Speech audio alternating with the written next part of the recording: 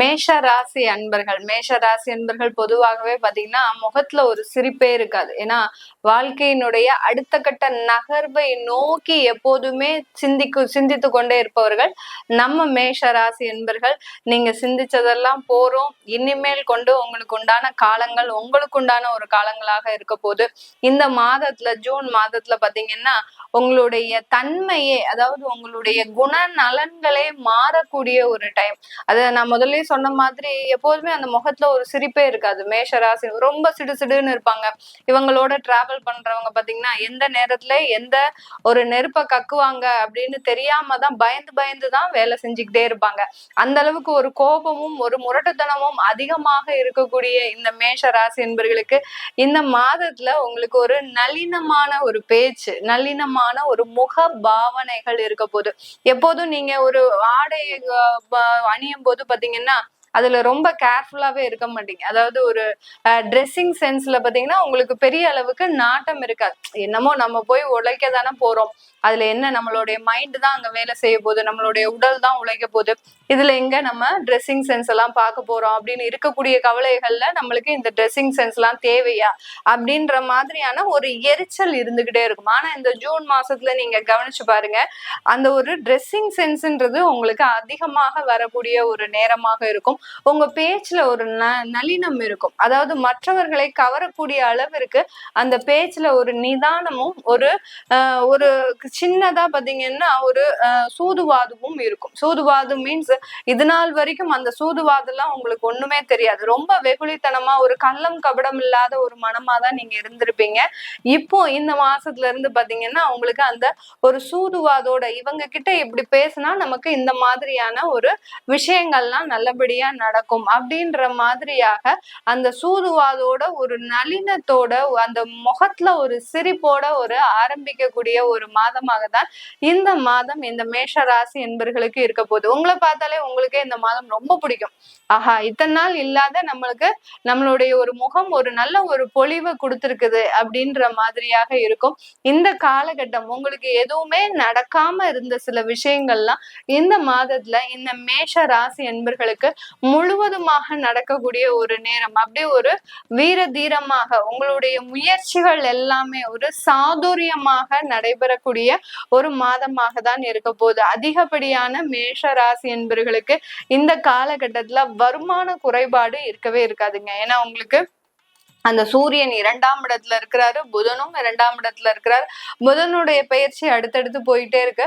அடுத்து அந்த சுக்கிரன் ஆகப்பட்டவர் உங்களுடைய ராசியிலேயே இருக்கிறதுனால, 2ஆம் வீட்டு அதிபதி அந்த ராசியிலேயே இருக்கிறதுனால இருக்கிற வருமான தடைகள் விலகுவதற்குண்டான ஒரு நேரமாக இருக்கும்.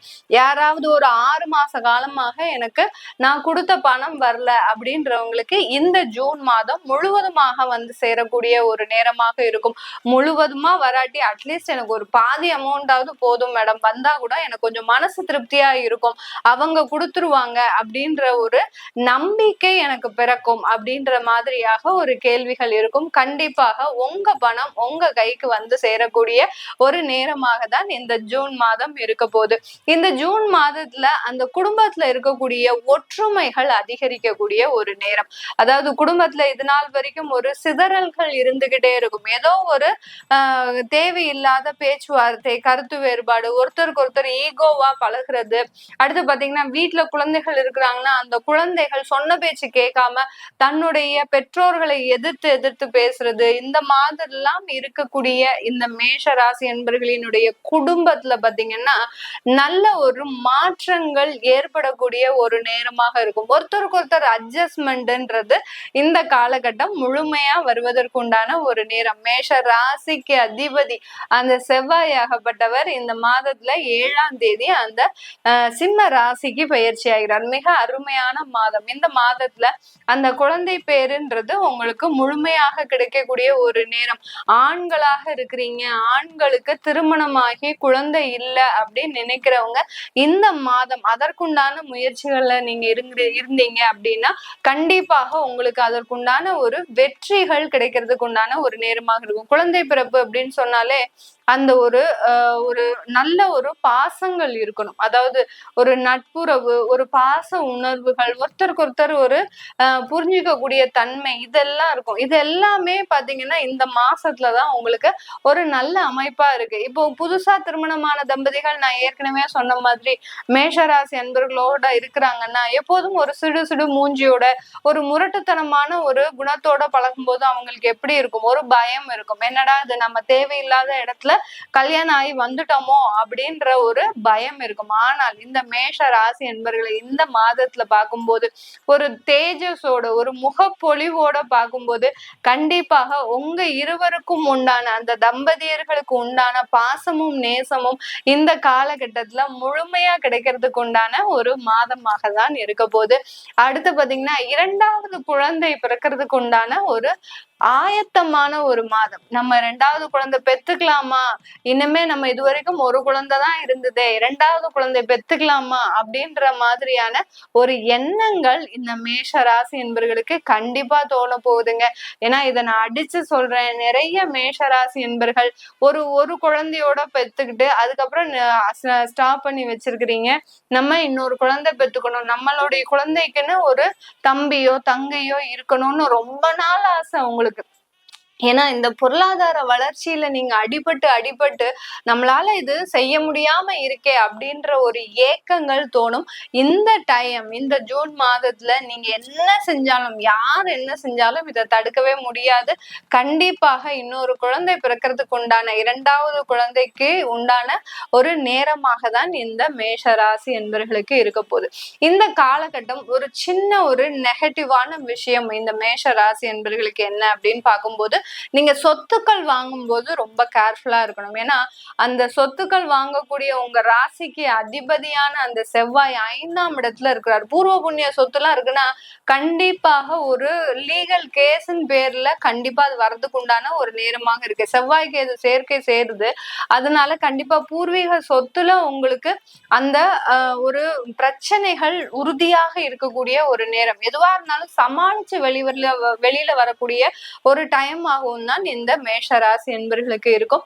அடுத்து பாத்தீங்கன்னா இந்த செவ்வாய் ஆகப்பட்டவர் 7ஆம் பார்வையாக தன்னுடைய ராகுவையும் பார்க்கிறார். அடுத்து 8ஆம் பார்வையாக அந்த சனியையும் பார்க்கறதுனால கொஞ்சம் உங்களுக்கு உடல் உழைப்பு இருக்கும்போது அதுல ஒரு பேக்லாக்ன்றது வரும். ஒரு ஆபீஸ்ல போய் வேலை பாக்குறீங்க அப்படின்னா 8 மணி நேரம் உழைக்கக்கூடிய இடத்துல உங்களால 6 மணி நேரம் தான் உழைக்க முடியும். கொஞ்சம் உடல் சுகவீனங்கள் ஏற்படக்கூடிய ஒரு நேரமாக இருக்கும். சொத்து சம்பந்தமான சில தேவையில்லாத அவமானங்கள், அசிங்கங்கள்லாம் படக்கூடிய ஒரு மாதமாக தான் இந்த மேஷ ராசி என்பர்களுக்கு இருக்க போகுது.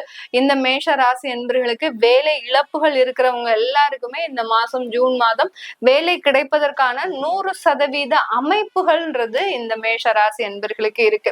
நல்ல ஒரு வேலை கிடைக்கும். அந்த வேலையில ஒரு கடினமான ஒரு உழைப்புன்றது கண்டிப்பா இருக்கும். ஏன்னா செவ்வாய், ராகு, சனி இந்த 3 சேர்க்கை பெற்று இருக்கும்போது அந்த கடின உழைப்பு, உங்களுக்கு உண்டான ஒரு உடல் பலவீனங்கள், இது எல்லாமே ஏற்படக்கூடிய ஒரு மாதமாக தான் இந்த ஜூன் மாதம் இருக்கும். வெளிநாட்டுல இருக்கிறவங்களுக்கு சொல்லவே வேண்டாம், ரொம்ப சேஃபர் சைடு இருக்கிறீங்க, எந்த விதமான ஒரு பிரச்சனையும் கிடையாது. நான் எப்போதுமே வெளிநாட்டுல இருக்கக்கூடியவர்களுக்கு பதிவு போடும்போது சொல்வேன், ரொம்ப பாவப்பட்ட ஜென்மங்கள் அவங்க எல்லாம். அங்க இருந்து பாவம் இங்க இருக்கக்கூடிய குடும்பத்திற்காக ரொம்ப உழைக்கிறாங்க அப்படின்னு சொல்லுவேன். ஆனா இந்த மாதத்துல வெளிநாட்டுல இருக்கிறவங்க தான் ரொம்ப கொடுத்து வைத்த ஒரு ஆத்மாக்கள். அவங்கதான் பாத்தீங்கன்னா ஒரு நல்ல ஒரு முன்னேற்றத்தை அடையக்கூடிய ஒரு நண்பர்களாக இருக்க போறீங்க. ஏன்னா இங்க இருக்கும்போது இந்த செவ்வாய், ராகு, சனியினுடைய சேர்க்கை ரொம்ப தேவையில்லாத பிரச்சனைகள் எல்லாம் கண்டிப்பா கொடுக்கும். ஆனால் வெளிநாட்டுல இருக்கக்கூடியவர்களுக்கு பதவி உயர்வு, அடுத்து பாத்தீங்கன்னா உங்களுடைய வருமான உயர்வு, உங்களுடைய தொழில்ல நிறைய ஒரு வளர்ச்சிகள், இதெல்லாமே கிடைக்கக்கூடிய ஒரு மாதமாக தான் இந்த மேஷ ராசி என்பர்களுக்கு இருக்க போகுது. இது எல்லாமே நம்ம கோச்சார நிலவரப்படிதான் பலன்களை சொல்லியிருக்கிறோம். உங்களுடைய தசாபுத்தி பலன்கள்னு இருக்கும் ஒண்ணு, அதை பார்க்கணும். சுய ஜாதகத்துல எனக்கு எப்படி இருக்கு பாருங்க, எனக்கு இந்த வருஷ பலன் எல்லாம் முடிஞ்சாச்சு, இப்போ எனக்கு எந்த மாதிரியாக ஸ்டார்ட் ஆக போகுது அப்படின்னு பார்க்கணும்னு சில பேர் விருப்பப்படுவீங்க. அதை பார்க்கணும்னு விருப்பப்படுறவங்க கீழே இருக்கிற நம்பருக்கு நீங்க வாட்ஸ்அப்ல அப்பாயின்மெண்ட் வாங்கிக்கலாம். நான் வெறும் ஆன்லைன் போன் கன்சல்டேஷன் மட்டும்தான் பண்றேன், டைரக்ட் அப்பாயின்மெண்ட்ஸ் கிடையாது. உங்களுடைய குழந்தைகளுக்கு ஜாதகம் எழுதணும், நியூமராலஜி படி பெயர் வைக்கணும்னு நினைக்கிறவங்களும் கீழே இருக்கிற நம்பருக்கு வாட்ஸ்அப்ல அப்பாயின்மெண்ட் வாங்கிக்கலாம். உங்களிடமிருந்து விடைபெறுவது உங்கள் உங்கள் ஆஸ்ட்ரோ பூர்ணா. நன்றி, வணக்கம்.